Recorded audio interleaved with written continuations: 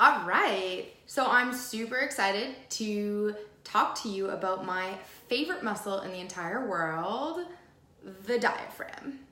I love this muscle because it truly is so incredible and has way more power over the system than really most people know. So let me start with the diaphragm is the foundation of your body. And just like your home, when you're building, right, you don't want to have any holes or any loose nails or any flimsy beams in your foundation. Because if you do, what's going to happen over time, the house is going to start to fall down, maybe slant, it might fall apart, it might have a roof cave. Well, your body's the same way. And if your diaphragm is not strong, and if your foundation of your system is not strong, you can't expect to properly build strength and have a sturdy home on top of that foundation. So why do I love the diaphragm so much? Well, there's a lot of reasons, but first of all, the diaphragm is an incredible muscle because not only is it under autonomic control, but it's also under somatic control. So what does that mean? Autonomic control means your body naturally has the ability to function on its own. You don't have to think about breathing. You don't have to think about expanding and contracting the diaphragm. If you're not thinking about it, it's still gonna happen for you and you're still gonna breathe. Thank goodness. But the really cool thing about the diaphragm is that it's also under somatic control, which means you can pay attention to your breath, you can strengthen your breath, and you do have control over how your diaphragm is expanding and contracting. So when someone comes into me with lower back pain, I'm looking at a lot of things. And not just lower back pain, but healing in general. Here we're gonna specifically talk about lower back pain, but I am going to also get into why having the ability to control your breath is so important in the stress response. And I think I'll get into that later on in this video. So your diaphragm actually has connections all the way down onto your lumbar spine. So when someone comes into me with lower back pain or herniations, one of the first things that I like to ask them is how much stress they have in their life. Because stress is a telltale sign that your diaphragm needs some work, right? So just like any other muscle in your body, if you don't lose it, you lose it. So when someone again comes into me with lower back pain, I'm assessing their diaphragm. And the reason I'm doing that, like I said, is because the diaphragm literally connects onto your lumbar spine. It connects to L1, L2, and L3. L4, L5, and S1 have no connections to the diaphragm. So what that means is L4, L5, S1 are the most commonly injured and herniated discs because they don't have as much protection from that foundation and from the rest of your structure to be as stable as L1, L2, and L3 do, okay? So with these connections, again, if you're not using them, you're losing them. So part of the reason that actually focusing in on controlling your breath and learning how to build proper strength through your breath is so that your body can naturally start to move and naturally compress and decompress that lumbar spine area.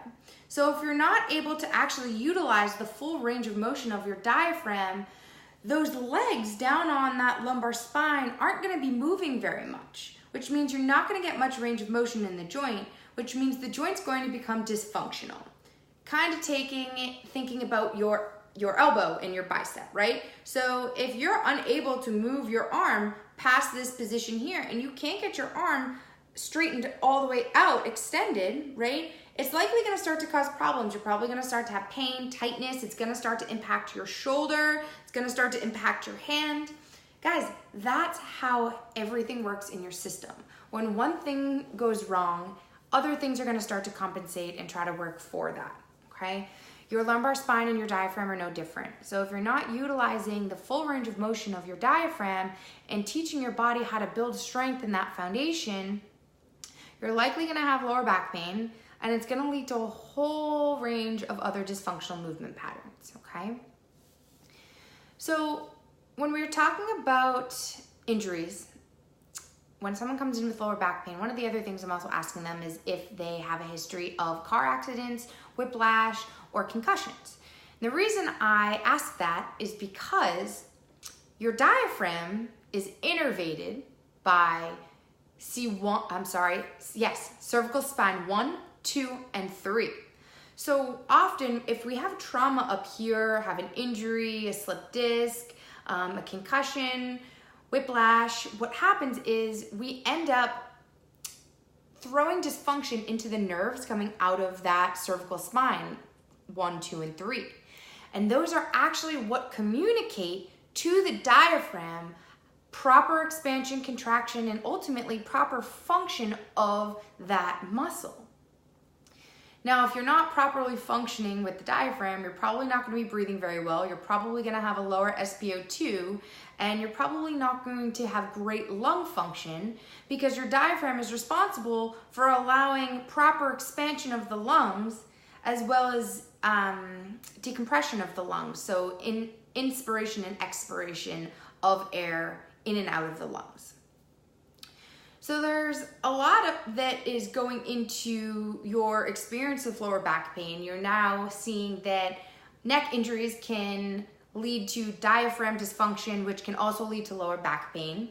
You're also seeing that if you have holes in your foundation in your diaphragm, that it can also lead to lower back discomfort because, again, you're not properly expanding and contracting and moving the muscles that need to be moved around and used in order to have proper stability of your lower back and your lumbar spine.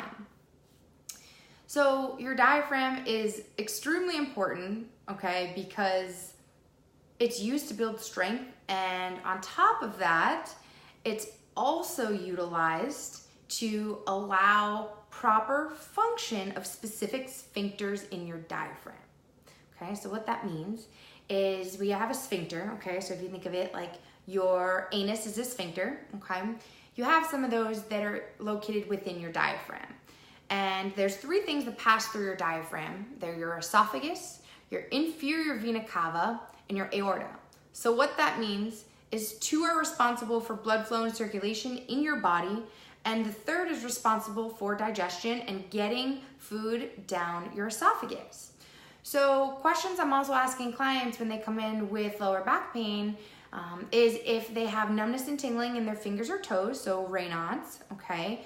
If they are experiencing hiccups or acid reflux, and if they're having any shininess in their legs or a lack of hair growth in their legs. Because what that is prompting me is I'm prompting the client with information about whether or not their diaphragm might be so tight that it's either cinching off the esophagus, causing acid reflux and heartburn, or whether the diaphragm is so tight that it's preventing proper blood flow and circulation through the rest of the body, which can start to lead to that numb fingers, toes, and shiny legs. So anatomically, when our diaphragm is facilitated or really tight, it leads to lower back pain and also leads to a whole list of other issues, okay? So how do we strengthen our diaphragm, and why is this important? Well, we talked about its importance because we want to prevent any holes from being in our foundation so that we can build a really strong body, okay? Well, when we're talking about building strength in our diaphragm, what's really important is teaching the diaphragm how to hold and build pressure. And this is something called IAP, intra-abdominal pressure. And this is what allows our body to brace and have a strong intrinsic core. Your diaphragm is the foundation of your intrinsic core. If it's not functioning, the rest of your intrinsic core, being your obliques, your internal, your external oblique, your multifidi, your rectus abdominis, your transverse abdominis, right? All of these muscles that make up your intrinsic core and allow proper stability of the trunk through movement, okay? These can't be strong and stable if your diaphragm's not strong and stable. So let's learn a little bit about breathing mechanisms, shall we? I've got this beautiful balloon here, okay? So what happens when we breathe in? Well, when we breathe in, we expand air into our lungs. And as our lungs expand, what actually happens is our diaphragm drops down, okay? As we breathe out, our diaphragm comes back up and pushes all of that air from the lungs out, expels all the air. So that's really what your diaphragm is doing underneath your rib cage. It sits under there like a bowl, okay? And as we breathe in and out, it comes up and down, okay? So I'm gonna breathe in. This is exactly what your diaphragm is doing.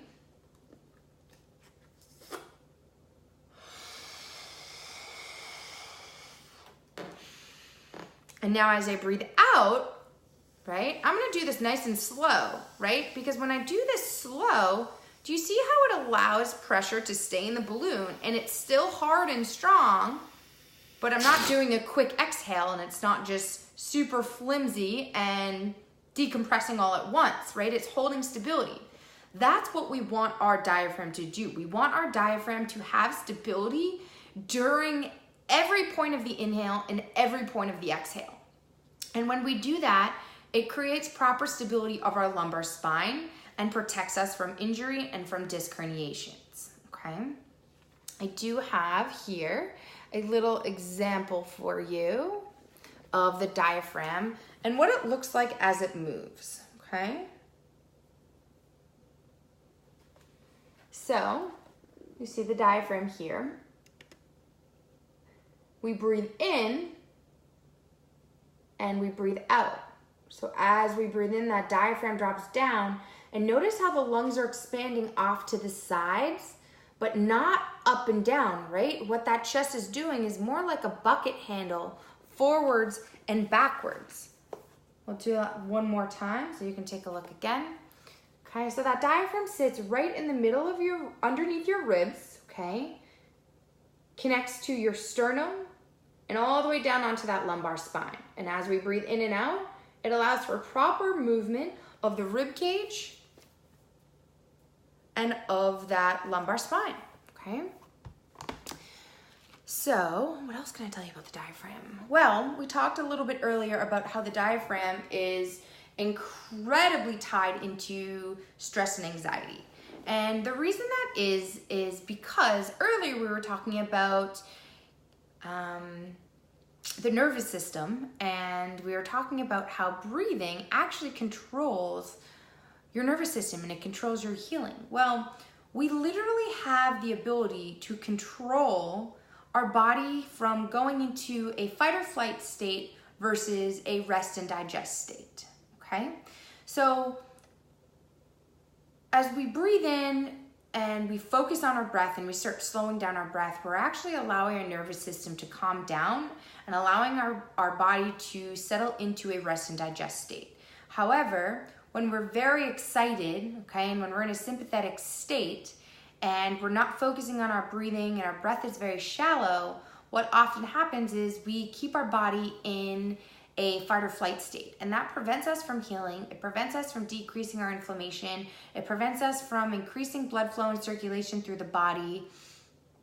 It prevents us from doing all the things that we need to do in order to decrease our pain and to decrease our inflammation, to decrease our herniations, and to really prevent us from doing and getting the places where we want to get with our pain and with our rehab. So breathing is incredibly important, not just because it helps to build strength, helps to stabilize your spine, but it also helps to bring you into a state of calm. It helps bring you into a state of parasympathy. It helps bring you into a place where your body can rest, recover, decrease inflammation, and function properly, move well without pain. So in the next video, I'm going to give you a demo of how to breathe properly to increase IAP and to increase stability through your intrinsic core, as well as brace and protect your spine. This is hands down one of the most powerful tools, exercises I have ever learned. I use it every single day. I teach every single client that comes in how to breathe for strength because it's so important. And if there's one thing that you go home with tonight to practice, it's this breathing exercise. This is gold. Do this every day. It's gonna keep you young and healthy. It's gonna keep you healing. It's gonna keep you calm. It's gonna keep you strong. And it's gonna keep you pretty amazing. So go check it out. Head on over to the next video. Let's learn how to breathe together.